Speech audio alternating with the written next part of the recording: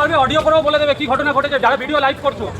আজকে আমরা অনেক মর্মান্তিক ঘটনার মধ্যে এসেছি। একটা 21 বছরের ছেলে, তাকে কোনো কিছু করতো, তাকে নির্মমভাবে হত্যা করা হয়েছে। এমনভাবে হত্যা করা হয়েছে যে পুলিশ এর কোনো বিচার করছে না, তদন্ত করছে না, পুলিশ কোনো রকম কিছু করছে। আজকে ছেলেটার বডি এসছে, মিডিয়াকেও পুলিশ আটকে দিয়েছে এমনভাবে, এতভাবে, মানে ছেলেটার কোনো দোষ ছিল না, তাকে নির্মমভাবে হত্যা করা হয়েছে।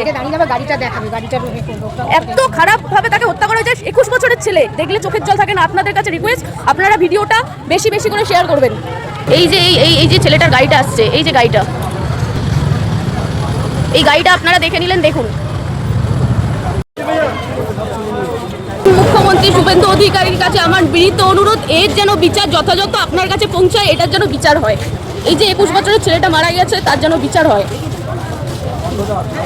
অর্ঘ্য দাস নাম, নতুন মুখ্যমন্ত্রীর কাছে আমার হাত জোড়ে করজোড়ে মিনতি, যাতে এর বিচার হয়।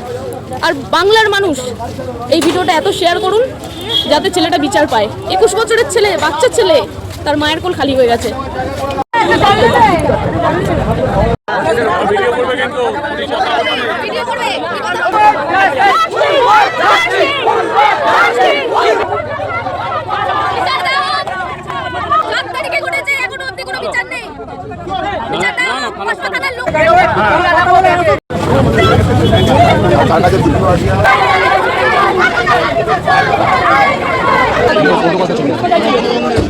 কেন